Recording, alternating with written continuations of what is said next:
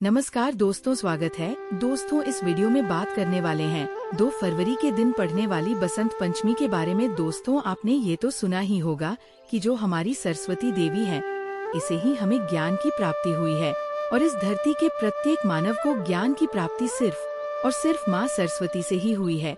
तो दोस्तों, इस वीडियो में मैं आपको ऐसी ज्ञानवर्धक जानकारी बताने वाला हूँ जो आपको कहीं और नहीं मिलेंगे। दोस्तों, आज की वीडियो में हम आपको बताएंगे कि बसंत पंचमी के दिन आपको 2 ऐसी चीज है अपने घर पर जरूर लाना चाहिए। कहा जाता है, अगर आप पर अपने घर पर बसंत पंचमी के दिन अपने घर यह चीज ले आते हैं तो कभी भी आपके बच्चे पढ़ने में कमजोर नहीं रहती, हर मनोकामना अच्छा पूरी होती है। और जो व्यक्ति इस वीडियो को छोड़ेगा, समझ लेना, वह व्यक्ति अपने जीवन में कभी कोई सफलता प्राप्त नहीं कर सकता, हासिल नहीं कर पाएगा। इसलिए सहृदय से इस ज्ञानवर्धक वीडियो को जरूर देख लें। दोस्तों, कुछ ऐसे कार्य भी होते हैं जो कि इस दिन आपको भूलकर भी नहीं करना चाहिए, वह भी हम आपको छोटी सी वीडियो में बताएंगे। दोस्तों, आपको इस वीडियो में मैं आपको बताऊंगा कि आप सरस्वती माता को कैसे प्रसन्न कर सकते हैं और अपने जीवन में हर एक चीज, हर एक मनोकामना को कितने आसानी से आप पूर्ण कर सकते हैं।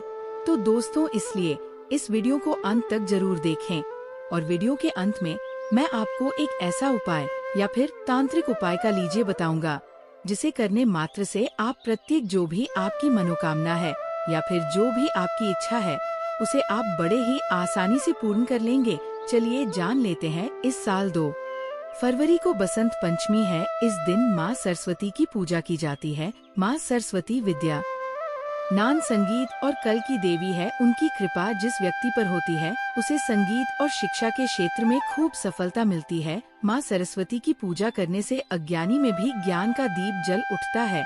बसंत पंचमी के दिन से छोटे बच्चों को शिक्षा देने की शुरुआत भी की जाती है। इसे अक्षर अभ्यासम या विद्या आरंभ भी कहा जाता है। छात्रों के लिए यह दिन खास होता है। जिन छात्रों का मन पढ़ाई में नहीं लगता या वो ध्यान केंद्रित नहीं कर पाते, उन्हें वसंत पंचमी के दिन कुछ विशेष उपाय करने चाहिए। यदि आपका बच्चा छोटा है तो माता पिता बच्चों से ये उपाय करवा सकते हैं। आइए जानते हैं उन उपायों के बारे में। दोस्तों, मैं उपाय आपको बाद में बताऊंगा, उससे पहले जान लेते हैं कि बसंत पंचमी मनाने के पीछे का क्या कारण है और इसे क्यों मनाई जाती है। उसके बाद में आपको कुछ ऐसे उपाय बताऊंगा जिसे आप सोच नहीं सकती। दोस्तों, मैं सौगंध खाकर कहता हूँ, दोस्तों, अगर आप इस वीडियो को पूरा देख लेते हो तो मन कर चलिए आपका जीवन बदल ना जाए तो मुझे बताना दोस्तों। इसलिए इस वीडियो को लाइक करें और चैनल को भी जरूर सब्सक्राइब करें। चलिए आगे जानते हैं क्यों मनाई जाती है बसंत पंचमी। दोस्तों, इस दिन आप गौ माता को ये एक चीज खिला दे तो तुम मन कर चलिए दोस्तों, आपकी जीवन की तारीख निराले हो जाएंगे। ये भी मैं आपको इस वीडियो के अंत में बताऊंगा, इसलिए वीडियो को पूरा देखें। बसंत पंचमी वर्ष की सारी अर्थों में वसंत को सभी आदतों का राजा माना जाता है। इसी कारण इस दिन को बसंत पंचमी भी कहा जाता है। इस दिन से ही शीत रथ का जब समापन होता है तो वसंत का आगमन होता है। इस धातु में खेतों में फैसले लहर उठती है और फूल खिलने लगते हैं और हर जगह खुशहाली आती है। मानता है कि सृष्टि के रचयिता भगवान ब्रह्मा के मुख से वसंत पंचमी के दिन ही ज्ञान और विद्या की देवी माँ सरस्वती का प्राकट्य हुआ था। इसी वजह से ज्ञान के उपासक सभी लोग वसंत पंचमी के दिन अपनी आराध्य देवी माँ सरस्वती की पूजा अर्चना करते। दोस्तों, इस वीडियो में हम बारी बारी से सभी बातों को जानते चलेंगे। बसंत पंचमी की पौराणिक कथा। बसंत पंचमी को लेकर कई पौराणिक कथाएं प्रचलित है। मानता है कि सृष्टि रचयिता भगवान ब्रह्मा ने जीवन और मनुष्यों की रचना की थी। उन्होंने इस बात का ध्यान रखा कि वातावरण बिल्कुल शांत हो और इसमें किसी की वाणी ना हो। ये सब करने के बाद भी ब्रह्मा जी संतुष्ट नहीं थे। सृष्टि की रचना के बाद से ही उन्हें सृष्टि सुनसान और निर्जन नजर आने लगी। तब ब्रह्मा जी ने भगवान विष्णु जी से अनुमति लेकर अपने कमंडल से पृथ्वी पर जल छिड़का। कमंडल से धरती पर गिरने वाले जल से पृथ्वी पर कंपन हुए और एक अद्भुत शक्ति के रूप में चतुर्भुजी 4 भुजाओं वाली सुंदर स्त्री प्रकट हुई। इस देवी के एक हाथ में वीणा और दूसरे हाथ में वर्मुदियम वीणा बजाने का अनुरोध किया। देवी के वीणा बजाने से संसार के सभी जीव जंतुओं को वाणी प्राप्त हुई। इसके बाद से देवी को सरस्वती कहा गया। इस देवी ने वाणी के साथ साथ विद्या और बुद्धि भी दी, इसलिए बसंत पंचमी के दिन घर में सरस्वती माँ की पूजा भी की जाती है। इस दिन देवी सरस्वती को बागेश्वरी, भगवती, शारदा, वीणा वादिनी और बगदेवी सहित अनेक नाम से पूजा जाता है। बच्चा पढ़ाई से चुराता है, जी तो करेंगे उपाय। यदि आपका बच्चा पढ़ाई से जी चुराता है, क्या उसकी पढ़ाई में मन नहीं लगता है, तो वसंत पंचमी के दिन माँ सरस्वती को बच्चों के हाथ से पीले रंग के फल अर्पित करवा, साथ ही माता सरस्वती का एक चित्र बच्चों के स्टडी टेबल के पास लगे। इससे पढ़ाई में उसका मन लगने लगेगा। इस मंत्र का करें। जब अगर विद्यार्थी का मन पढ़ाई में नहीं लगता है, तो उन्हें वसंत पंचमी के दिन माँ सरस्वती के मूल मंत्र AOM सरस्वती है नमः का जाप करना चाहिए। इससे लाभ मिलेगा। बच्चों को बोलने में है समस्या तो करे यह उपाय। यदि आपके बच्चे की वाणी स्पष्ट नहीं है या थोड़ा रुक कर बोलता है, तो वसंत पंचमी के दिन उसकी जगह पर चांदी की सलाह या पेन की नोक से केसर द्वारा श्री सरस्वती नमः मंत्र लिख दें। इस उपाय को करने से बच्चा वाणी दोष से मुक्त हो जाएगा और उसकी भाषा स्पष्ट हो जाएगी। नवजात शिशु की जगह पर लिखा यह मंत्र वहीं जिन नवजात शिशुओं की पहली वसंत पंचमी है, उनकी जीभ पर चांदी की सलाई को शहद में डुबोकर और मंत्र लिखे मानता है कि ऐसा करने से बच्चा बुद्धिमान और मधुर वाणी वाला होगा। दोस्तों, इस दिन आप ये एक उपाय जरूर करें कि जो मोर पंख होता है उसे अपनी जो भी अभी तक आपने अपनी सफलताएं प्राप्त की है, जैसी आप किसी भी कक्षा में उत्तीर्ण हुए हैं, उसके साथ एक मोर पंख को जरूर रखें। मोर पंख दोस्तों टूटा हुआ नहीं होना चाहिए, ये सखत और ताजा होना चाहिए। दोस्तों, इसे आप अपने मार्कशीट में हमेशा रखें। दोस्तों, मानकर चलिए, अगर आप ये उपाय कर लेते हैं तो फिर आप पर माँ सरस्वती की ऐसी कृपा होगी, ऐसी असीम कृपा होगी। इसके बारे में दोस्तों मैं आपको बात नहीं सकता दोस्तों, इसलिए इस उपाय को जरूर करें। और दोस्तों, एक धार्मिक और तांत्रिक उपाय भी मैं आपको बता देता हूँ कि आपको क्या करना है।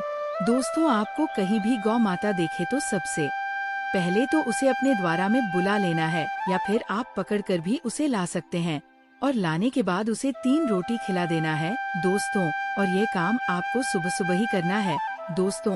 ये काम दिन में नहीं, बल्कि आपको सुबह 7 बजे से लेकर शाम की 7:30 तक कर सकते हैं। ये कार्य को कर सकती है दोस्तों, आपको लाभ ही लाभ होगा। अगर आपके बच्चे पढ़ नहीं रहे हैं या उनके पढ़ाई में मन नहीं लगता, दोस्तों 3 से 4 दिन में ही देख लेना फर्क आपको नजर आने लगेगा। अगर उन्होंने कोई परीक्षा दिए होंगे तो उसमें सफलता इनको निश्चित रूप से ही मिलेगी। दोस्तों, ये एक तांत्रिक और पौराणिक उपाय है। दोस्तों, ये बात का जरूर ध्यान रखें कि रोटी गाय को खिलाते समय उसमें अच्छा अवश्य रख ले, जिससे माता को इससे शीतलता मिलती है और गौ माता का आपको आश्रम आशीर्वाद और कृपा मिलेगी। दोस्तों, अब मैं आपको बताने जा रहा हूँ एक ऐसा और उपाय जिससे आप जो भी आपको अपनी की परीक्षा में आप बार बार असफल हो रहे हैं, जैसे कि कई बच्चे PSC या फिर UPS SSC की तैयारी करते हैं दोस्तों, उन्हें मनचाही नौकरी नहीं मिल रही है, या फिर जिनके बस जल्दी ही उनसे नाराज हो जाते हैं, तो इसके लिए एक उपाय मैं बताता हूँ। इस उपाय को आपको 2 दिन कर लेना है दोस्तों, मनकर चलिए। अगर आप इस उपाय को 2 दिन ही कर देते हैं तो माँ सरस्वती की आप पर ऐसी कृपा होगी कि जिस काम को आप नौकर की भांति अभी कर रहे हो, उसे कार्य में भी आप मालिक बन जाओगे। और दोस्तों, आपको बता दें कि जो भी ये कई सारे व्यक्ति होते हैं जो मालिक हैं आज की डेट में, दोस्तों वह इन उपायों को करने से ही उनका धन ऐश्वर्य है। या फिर आप कह सकती हैं कि जो इतने बड़े बड़े पदों पर बैठे हैं वह इन उपायों को जरूर करते हैं दोस्तों। तो दोस्तों, आपको उपाय बता देता हूँ कि आपको 2 दिन ऐसा कौन सा उपाय कर लेना है। क्या करना है कि आपके पास में कहीं मंदिर हो, वहाँ पर सरस्वती माता की प्रतिमा रखी हो, तो दोस्तों आपको क्या कहना, आपको बाजार से एक बिना ले लेना है। दोस्तों, आपको यह तो झांकी होगा कि माँ सरस्वती को दुनिया बिना अत्यधिक अच्छी एवं प्यारी लगती है। प्रातः काल स्नान और पीले वस्त्र पहनना, सूर्योदय से पहले हल्दी मिले पानी से स्नान कर स्वच्छ पीले वस्त्र धारण करें। देवी सरस्वती की पूजा, सरस्वती माता को सफेद चंदन, पीले फूल और केसर मिश्रित खीर अर्पित कर उनकी आरती करें। सरस्वती मंत्र का जाप AUM इस सरस्वती नमः मंत्र का 108 बार जाप रुद्राक्ष माला से करें। पुस्तकों और वाद्य यंत्रों की पूजा, अपनी किताबों और वाद्य यंत्रों को देवी के चरणों में रखकर हल्दी चंदन का तिलक लगाएं। पीले भोजन का दान, खिचड़ी, बेसन के लड्डू या हलवा बनाकर जरूरतमंदों में वितरित करें। सरस्वती यंत्र की स्थापना, घर में सरस्वती यंत्र स्थापित कर उसकी नियमित पूजा करें। विद्या आरंभ कराना, बच्चों को एम या ए लिखवा कर शा की शुरुआत कराएं।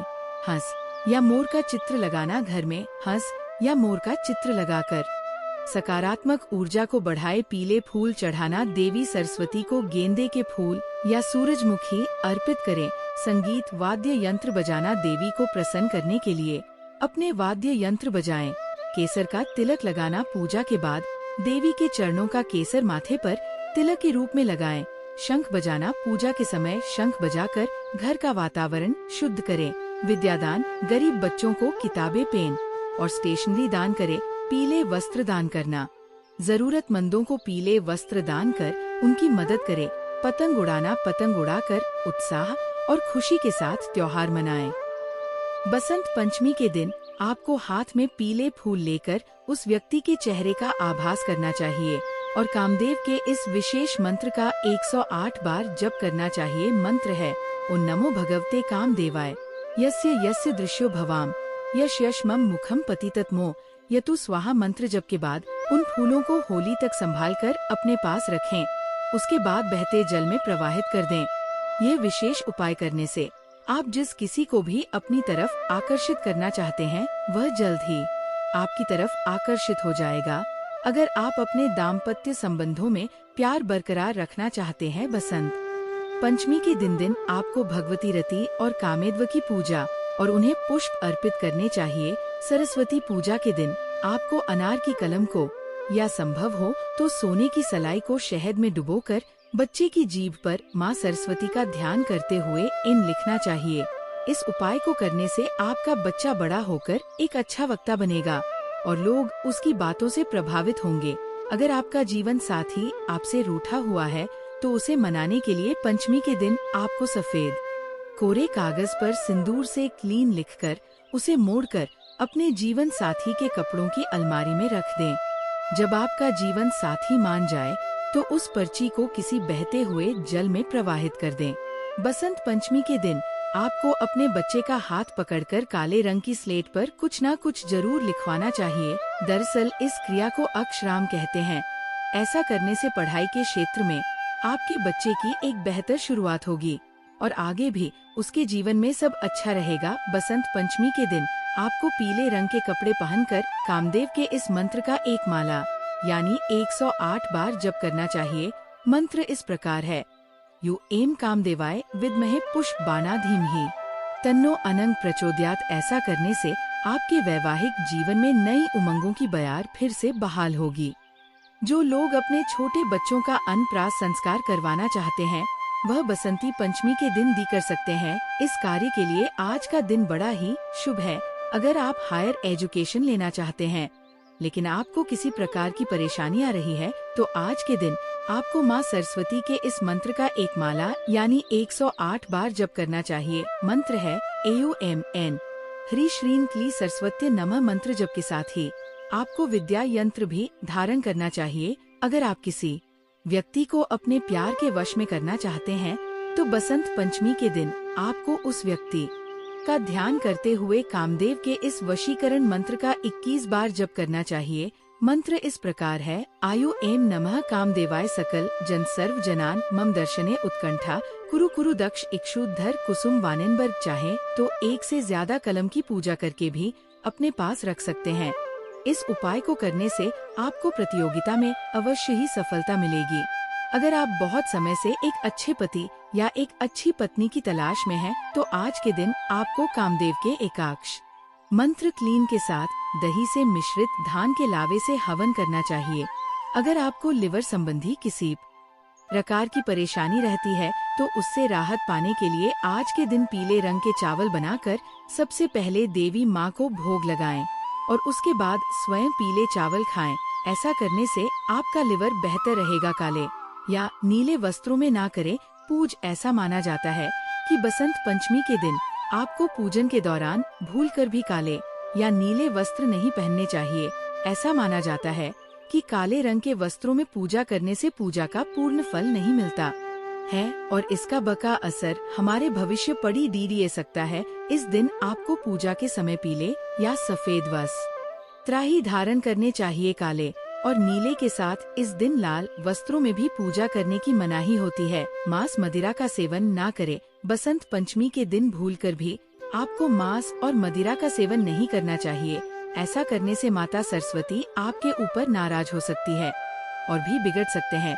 बसंत पंचमी के दिन जहाँ तक संभव हो सात्विक भोजन का ही सेवन करें। इस दिन आपको किसी भी रूप में तामसिक भोजन ग्रहण नहीं करना चाहिए, अन्यथा आपके घर की सुख समृद्धि छिन सकती है। पेट डट पौधे ना काटे। बसंत पंचमी के दिन आपको भूलकर भी पेट डट पौधों की कटाई छंटाई नहीं करनी चाहिए। ऐसा माना जाता है कि यदि आप इस दिन पेड्डू की कटाई करते हैं तो आपके जीवन में इसका बुरा प्रभाव पड़ सकता है। बसंत पंचमी के दिन से ही बसंत ऋतु की शुरुआत होती है। इसी वजह से ऐसा माना जाता है कि इस दिन पौधे लगाने चाहिए और पेट दी डेज पौधों को नुकसान नहीं पहुंचाना चाहिए। किसी को अपशब्द ना कहें। बसंत पंचमी को वाणी की देवी सरस्वती के अवतरण दिवस के रूप में मनाया जाता है। ऐसा माना जाता है कि हम जो भी बोलते हैं उससे माता का आदर या निरादर हो सकता है। इसलिए आपको भूलकर भी बसंत पंचमी के दिन किसी को भी अपशब्द नहीं कहने चाहिए और किसी गरीब का अपमान भी नहीं करना चाहिए। ऐसा करने से सरस्वती माता का अपमान होता है और सुख समृद्धि का ह्रास होता है। किताबों का अनादर। बसंत पंचमी पर माँ सरस्वती का आशीर्वाद पाने के लिए कलम दवात और स्लेट की पूजा की जाती है। इस दिन पुस्तकों को नुकसान पहुँचाने की भूल न करें। इसे बेचे नहीं। किसी भी पुस्तक या कॉपी को इससे करियर पर बुरा असर पड़ी रहता है। अपशब्द। इस दिन गलती से भी किसी को अपशब्द ना बोले ना ही झूठ का सहारा ले कहते हैं। प्रतिदिन एक समय ऐसा होता है जब देवी सरस्वती मनुष्य की जीवा पर आसीन होती है। कहते हैं इस वक्त कहे गए शब्द सच हो जाते हैं, इसलिए वाणी का संयम रखें। काले वस्त्र। बसंत पंचमी पर माँ सरस्वती की जन्म के वक्त समस्त धरती पीले रंग से सराबोर हुई थी। ऐसे में इस दिन काले रंग के वस्त्र गलती से भी न पहने। कहते हैं काला रंग नकारात्मकता का प्रतीक है। इससे बुद्धि पर बुरा असर पर डज होता है और यह जीवन में अंधकार लाता है। तामसिक भोजन। माँ सरस्वती की पूजा का फल तभी मिलता है जब व्रत पूजन में पवित्रता का ध्यान रखा जाए। ऐसे में बसंत पंचमी पर गलती से भी तामसिक भोजन या मदिरा का सेवन ना करें, नहीं तो पूजा का फल नहीं मिलेगा। बसंत पंचमी के दिन क्या करें? धार्मिक मान्यता के अनुसार बसंत पंचमी के दिन स्नान के बाद पीले रंग के कपड़े पहने जाते हैं। इसके बाद दिन की शुरुआत सरस्वती माँ की पूजा से की जाती है। इस दिन माँ सरस्वती को पीले फूल और फल का भोग लगाया जाता है। साथ ही पीले फूल भी अर्पित किए जाते हैं।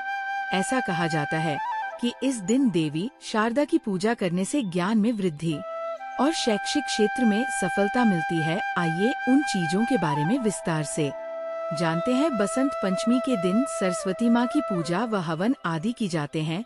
वीणा देवी सरस्वती की सबसे प्रिय वस्तुओं में से एक है। वीणा को बेहद पवित्र माना जाता है और इसे घर में रखने से सुख शांति का माहौल बना रहता है। बसंत पंचमी के दिन देवी सरस्वती को प्रसन्न करने के लिए आप कोई भी वाद्य यंत्र घर लेकर आ सकते हैं। विवाह से जुड़ी सामग्री। बसंत पंचमी के दिन ही माता पार्वती और शिव जी के विवाह की रस्मों की शुरुआत और तिलकोत्सव हुआ था, इसलिए इस दिन शादी विवाह से जुड़ी सामग्री, शादी का जोड़ा, गहने और अन्य सामान की खरीदारी करना अच्छा माना जाता है। कहते हैं ऐसा करने से सौभाग्य में वृद्धि होती है। पीले फूल। पीले रंग के फूल या फिर पीले फूलों की माला देवी पार्वती को अर्पित की जाती है। पीले रंग के फूल सरस्वती माँ को भी अर्पित करना बेहद शुभ माना जाता है। घर पर पीले फूलों सजावट भी की जा सकती है। खासकर इस दिन पीले रंग के फूलों की माला बनाकर घर के मुख्य द्वार पर लगाएं। मोर पंखी का पौधा। बसंत पंचमी के दिन घर में मोर पंखी का पौधा लाना अच्छा होता है। मोर पंखी के पौधे को विद्या का पौधा माना जाता है। ऐसी मान्यता है कि इसे लगाने से घर के बच्चों पर माता सरस्वती का आशीर्वाद बना रहता है। इस पौधे को घर की पूर्व दिशा में लगाना चाहिए। ऐसा कहा जाता है कि इससे व्यक्ति को बहुत लाभ मिलता है। मोरपंखी के पौधे को घर के ड्राइंग रूम, घर के मुख्य दरवाजे पर भी लगा सकते हैं। सरस्वती प्रतिमा या तस्वीर लाएं। जिन बच्चों का मन पढ़ाई में ना लगता हो या फिर वे पढ़ाई में कमजोर हो, तो उन्हें बसंत पंचमी के दिन घर में माँ सरस्वती की कोई तस्वीर, मूर्ति या प्रतिमा जरूर लानी चाहिए। माँ सरस्वती की कृपा से छात्रों में एकाग्रता आती है और अध्ययन में रुचि बढ़ती है। इसके अलावा नया घर या वाहन खरीदने के लिए भी बसंत पंचमी का दिन बेहद शुभ माना जाता है। इस दिन खरीदी गई नई चीजें घर में बरकत लाती है। दोस्तों, अगर आप किसी परीक्षा में बार बार फेल हो रही हो, तो दोस्तों अब मैं आपको उसका उपाय भी आपको बता देता हूँ। तो दोस्तों, आपको क्या करना है कि आप पढ़ते तो बहुत हो पर आप परीक्षा में पास नहीं हो पा रहे हो, तो दोस्तों आप ऐसा कीजिए कि अभी तक जितने भी बालक या पुत्री जो भी उसे परीक्षा में पास हुआ है, आप उनसे मिलिए और उनसे जानिए कि आप किस तरह से या कौन सा उपाय आपने किया है। दोस्तों, इसके लिए आपको एक उपाय भी बता देता हूँ कि आपने कनहर तो देखा ही होगा। आप कनहर के फूल को लगातार माँ सरस्वती के चरणों में 7 दिन तक अर्पण करें। दोस्तों, ऐसा माना जाता है कि अगर आप ये उपाय करते हो तो मन कर चलिए, जिसने भी आज तक अपने जीवन में कभी ना कभी यह उपाय कर लिया, तो माँ के चलिए दोस्तों उसके तारे निराली हो सकती है। दोस्तों, आपको बता दे कि ज्ञान के बिना जीवन अधूरा है। दोस्तों, इसलिए आपसे कहना चाहूँगा कि जो मैंने ये 7 कनहर के फूलों वाला जो उपाय बताया है, दोस्तों अगर आप ये उपाय कर लेते हो, लगातार 7 दिन तक आपको ये उपाय करना है और माँ सरस्वती के चरणों में इस फूल को रखते समय आपको एक मंत्र का जप भी करना है कि है माँ सरस्वती मुझे ज्ञान की ऐसी लोक शक्ति दो जिससे कि मैं एक समझदार व्यक्ति बन जाऊं या फिर मैं अपने जीवन में जो चाहूं वह बन जाऊं। दोस्तों, इस मंत्र को आपको 108 बार जरूर जप करना है। दोस्तों, आप 7 से 8वें दिन ही देख लेना। दोस्तों, इसका फर्क आपको देखने लग जाएगा और आप जिस परीक्षा में कई सालों से प्रयास कर रही हैं, उसी परीक्षा में एक बार में ही आप सफल हो जाएंगे। दोस्तों, इस उपाय को हम कई बार पहले भी कई बार बता चुके हैं। दोस्तों, अगर यह उपाय आप कर लेते हो तो मन कर चलिए आपकी जो भी परेशानी, दिक्कत आपके जीवन में आ रही है, वह प्रत्येक समस्या, परेशानी आपके जीवन से हमेशा के लिए दूर हो जाएगी। तो दोस्तों, आपसे अनुरोध करके मैं ये बात कहना चाहूँगा कि इस उपाय को आप जरूर कर लेना, तो आपको लाभ ही लाभ होगा। और दोस्तों, ये वीडियो अभी तक आपने पूरा देखा है तो इस चैनल को बखूबी ही आप सब्सक्राइब जरूर करेंगे और हर एक हिंदू भाई तक इस वीडियो को ज्यादा से ज्यादा शेयर जरूर करें। मिलते हैं ऐसे ही किसी ज्ञानवर्धक वीडियो में। दोस्तों, मैं आपसे अनुरोध करता हूँ कि इस वीडियो को हर एक हिंदू एक तरह से कहा जाए कि ऐसा कौन सा 3 प्रकार का भोजन होता है जो हमें भूल कर भी नहीं करना चाहिए। इसके बारे में दोस्तों मैं आपको संपूर्ण जानकारी बताऊंगा, पर दोस्तों जानकारी बताने से पहले ये भी कहना चाहूँगा कि आप इस वीडियो को लाइक जरूर कर दें और इस चैनल को भी जरूर सब्सक्राइब करें, क्योंकि इतनी ध्यानवर्धक जानकारी आपको कहीं नहीं मिलेगी। दोस्तों, आगे जानकारी बताने से पहले आपसे महायोग टीवी चैनल एक छोटा सा अनुरोध करना चाहेगा कि आप अपनी राशि को हमारे कमेंट बॉक्स में जरूर बता दें, जिससे कि हम आपको राशि के अनुसार कुछ ऐसा उपाय भी बताते हैं जिससे आपको लाभ ही लाभ हो। दोस्तों, इसलिए आप अपनी राशि को हमारे कमेंट बॉक्स में जरूर बता दें, क्योंकि हम राशि के अनुसार भाग्य भी बताते हैं। दोस्तों, इन 3 प्रकार के भोजन से मनुष्य की आयु कम होती है। इस प्रसंग में एक प्राचीन कथा है। इस कथा के माध्यम से हम आपको बताते हैं कि मनुष्य को किस प्रकार भोजन करना चाहिए, भोजन करने का सही तरीका और सही दिशा कौन सी है, भोजन कब करना चाहिए तथा भोजन शुरू करने से पहले क्या बोलना चाहिए। दोस्तों, एक बार की बात है, देवर्षि नारद भगवान श्री कृष्ण से मिलने के लिए द्वारिका नगरी में पधार है। तब भगवान श्री कृष्ण देवर्षि नारद को देखकर उनका स्वागत करते हुए कहते हैं, आइए देवर्षि, द्वारिका में आपका स्वागत है। आज किस प्रयोजन से आप रिका में पधारे हैं? अवश्य ही कोई महत्वपूर्ण समाचार लेकर आए होंगे। तब देवर्षि कहते हैं, हे प्रभु, आप सब कुछ जानते हुए भी पूछ रहे हैं। मैं आज आपके पास मेरी एक शंका का निवारण करने के लिए ही आया हूँ।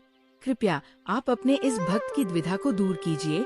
तब श्री कृष्ण मुस्कुराते हुए कहते हैं, हे देवर्षि, मैं अवश्य जानता हूँ कि आप किस कारण से दुखी है और आपके मन की द्विधा को भी मैं अवश्य जानता हूँ।